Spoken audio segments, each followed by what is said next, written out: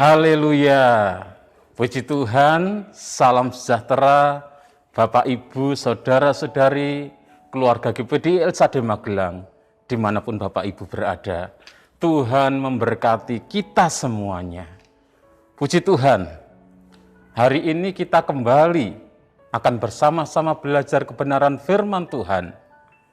Dan firman Tuhan saya ambil dari Injil Markus, pasal yang ke-7, ayat 7 sampai 8. Injil Markus pasal yang ke-7 ayat 7 sampai 8 saya akan bacakan, demikian bunyi firman Tuhan.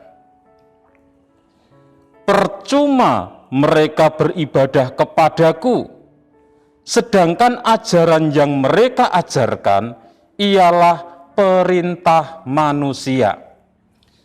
Perintah Allah kamu abaikan untuk berpegang pada adat istiadat manusia. Bapak, Ibu, Saudara yang dikasihi oleh Tuhan, di dalam Injil Markus pasal yang ke-7 ini, Tuhan Yesus berbicara kepada orang-orang Farisi dan ahli-ahli Taurat. Dan berkata, percuma mereka beribadah kepadaku.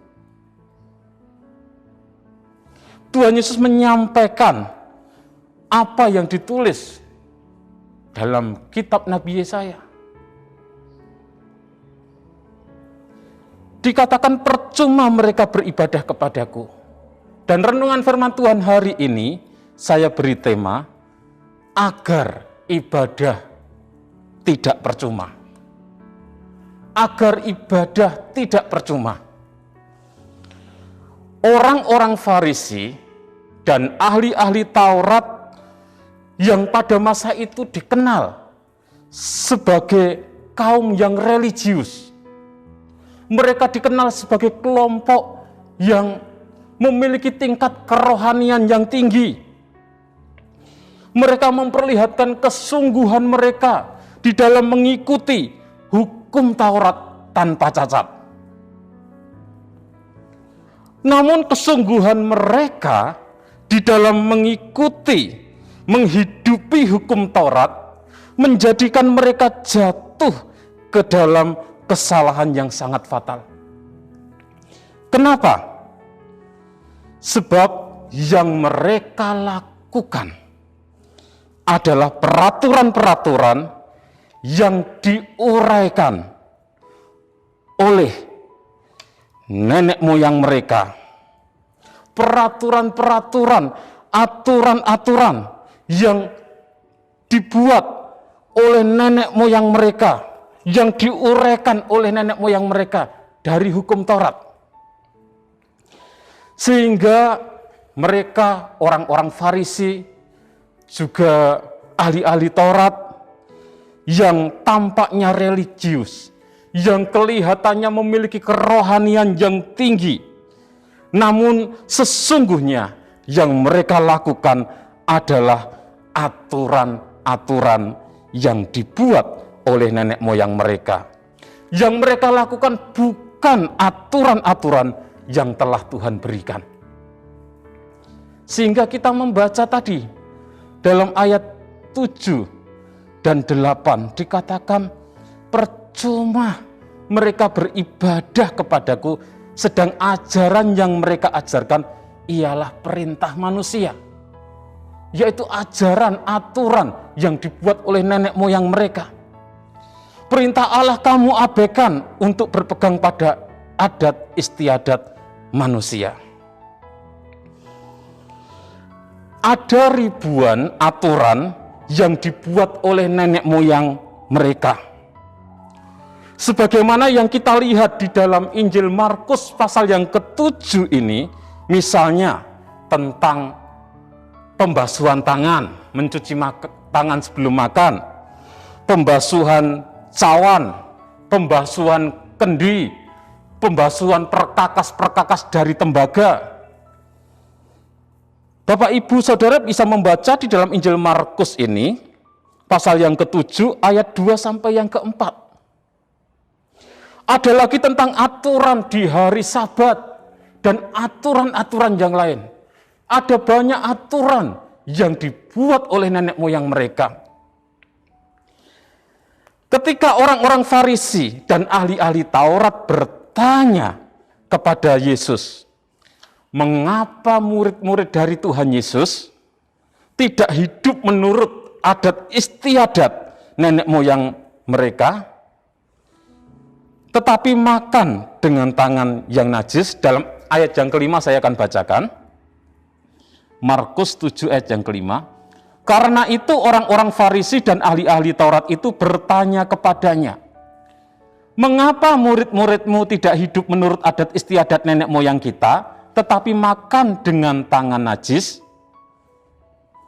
Tuhan Yesus langsung memberikan reaksi kepada mereka dengan menegur sikap mereka, dengan menegur pandangan mereka, sikap mereka, pemikiran mereka yang salah tersebut. Tuhan Yesus menyebut mereka dengan orang munafik dan mengingatkan mereka dengan apa yang dituliskan oleh Nabi Yesaya. Di dalam ayat 6 saya akan bacakan.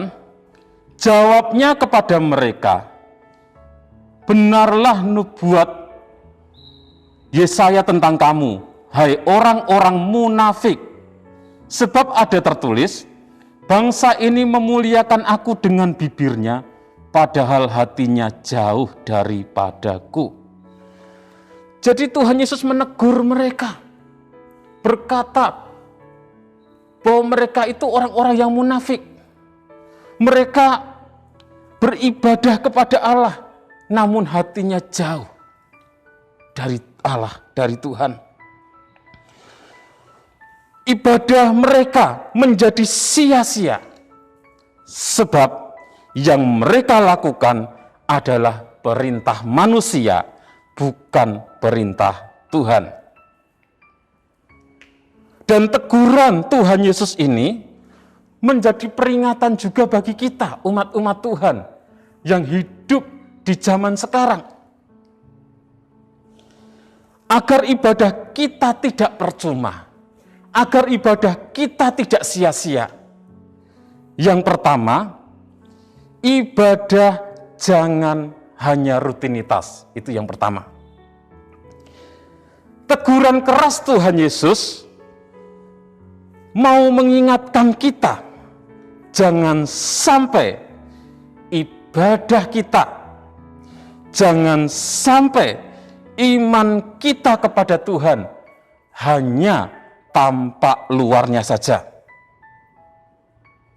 Mungkin di KTP Kristen, di kartu keluarga Kristen, memakai aksesoris-aksesoris yang Kristen, pakai kalung salib, pakai kaos-kaos yang rohani, memiliki penampilan Kristen, tetapi Kristen hanya di rutinitas. Apa maksudnya? Sudah ada banyak khotbah, banyak firman Tuhan yang kita dengarkan, yang kita baca. Bertahun-tahun kita sudah sering mendengar khotbah, mendengar firman Tuhan. Tetapi firman Tuhan itu tidak berdampak pada sikap kita. Firman Tuhan itu tidak memiliki dampak terhadap iman kita. Ibadah yang kita jalani berlalu begitu saja sebagai rutinitas. Kita beribadah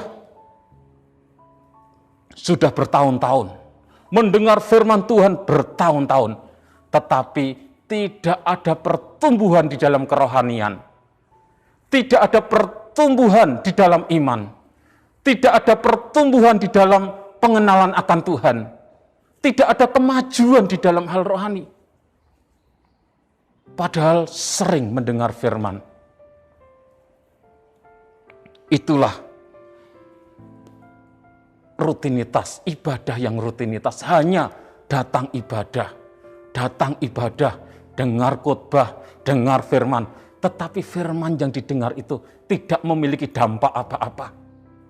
Yang dilakukan hanya rutinitas saja, rajin kelihatannya beribadah. Memakai aksesoris Kristen, tapi tidak pernah ada perubahan, tidak pernah ada kemajuan di dalam imannya kepada Tuhan, di dalam kerohaniannya. Seperti yang kita lihat di dalam Injil Markus ini, ketika orang Farisi, apa yang mereka lakukan itu hanya rutinitas saja. Ya, mereka rajin beribadah, puasa 2 kali seminggu, rajin memberikan perpuluhan berkorban, tetapi hanya rutinitas. Mereka memuliakan Tuhan tetapi hatinya jauh. Ibadah mereka menjadi percuma karena mereka melakukan perintah manusia.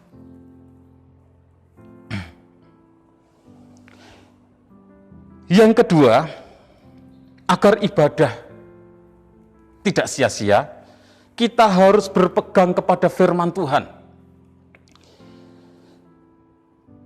Melalui teguran dari Tuhan Yesus ini, kita diajar bahwa firman Tuhan adalah kudus. Firman Tuhan berkuasa untuk menuntun, mengarahkan, menegur, dan menyelamatkan kita. Firman Tuhan adalah kehadiran Tuhan yang akan menyertai kita dalam kehidupan ini. Tentunya dalam kehidupan kita bermasyarakat, dimanapun kita berada, dimanapun kita tinggal, ada budaya-budaya di sekitar kita, ada tradisi-tradisi di sekitar kita, ada adat istiadat di sekitar kita. Namun sebagai umat-umat Tuhan, kita harus bisa menempatkan firman Tuhan di atas segala-galanya. Ajaran-ajaran firman Tuhan, aturan-aturan firman Tuhan yang harus kita pegang dan kita lakukan dalam hidup kita. Adat istiadat, tradisi kita hormati. Yang tidak bertentangan dengan firman Tuhan, ya kita bisa lakukan. Yang tidak bertentangan, ya mencuci tangan itu baik untuk kesehatan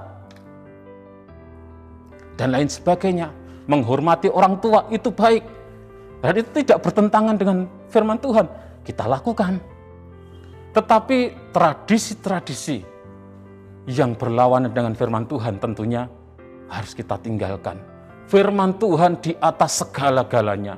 Kita harus berpegang kepada aturan-aturan, ajaran-ajaran firman Tuhan. Kita patut bersyukur bahwa kita memiliki tuntunan dan pedoman dalam hidup ini, yaitu firman Tuhan. Sebab firman Tuhan adalah sumber kehidupan. Firman Tuhan adalah sumber keselamatan kita. Tidak ada yang lebih berharga dalam hidup ini selain dalam firman Tuhan. Tuhan memberikan kepada kita firman-Nya sebagai sumber segala kebaikan dalam hidup kita. Tidak ada jalan maupun cara yang lain untuk mendapatkan kebahagiaan dalam hidup selain dari hidup dalam tuntunan dan peneguhan firman Tuhan. Jadi biar ibadah kita tidak sia-sia, ibadah kita tidak percuma, kita harus berpegang kepada aturan-aturan Tuhan. Kita harus melakukan aturan-aturan Tuhan, yaitu firman Tuhan di dalam kehidupan kita. Puji Tuhan, biarlah kita beribadah bukan hanya sebagai rutinitas, tetapi ketika kita beribadah, mendengar firman, ada pertumbuhan, ada kemajuan iman kita, pengenalan kita kepada Tuhan, ada pertumbuhan dalam kerohanian kita, dan kita harus selalu berpegang dan melakukan firman Tuhan dalam hidup kita, sehingga ibadah kita tidak percuma, tidak sia-sia. Tuhan Yesus memberkati. Mari kita berdoa. Terima kasih Tuhan, buat kasih kemurahan-Mu, anugerah-Mu bagi kami, sehingga kami boleh ada sampai saat ini. Terima kasih buat firman-Mu yang selalu memberikan tuntunan kepada kami. Dengan firman-Mu Tuhan, yang menjadi pelita bagi kami, yang menerangi jalan-jalan kami Tuhan. Ketika kami hidup berpegang kepada firman-Mu, maka ibadah kami tidak sia-sia di hadapan-Mu Tuhan. Terpujilah nama-Mu Tuhan Yesus. Inilah menjadi doa kami Tuhan. Ya Tuhan, terima kasih Engkau pokok anggur, dan kami keluarga GPDI El Shaddai Magelang ranting-rantingnya. Kiranya kami terus tinggal di dalam-Mu dan Engkau di dalam kami, sehingga kami berbuah banyak. Di dalam nama Tuhan Yesus Kristus kami berdoa bersyukur. Haleluya. Amin.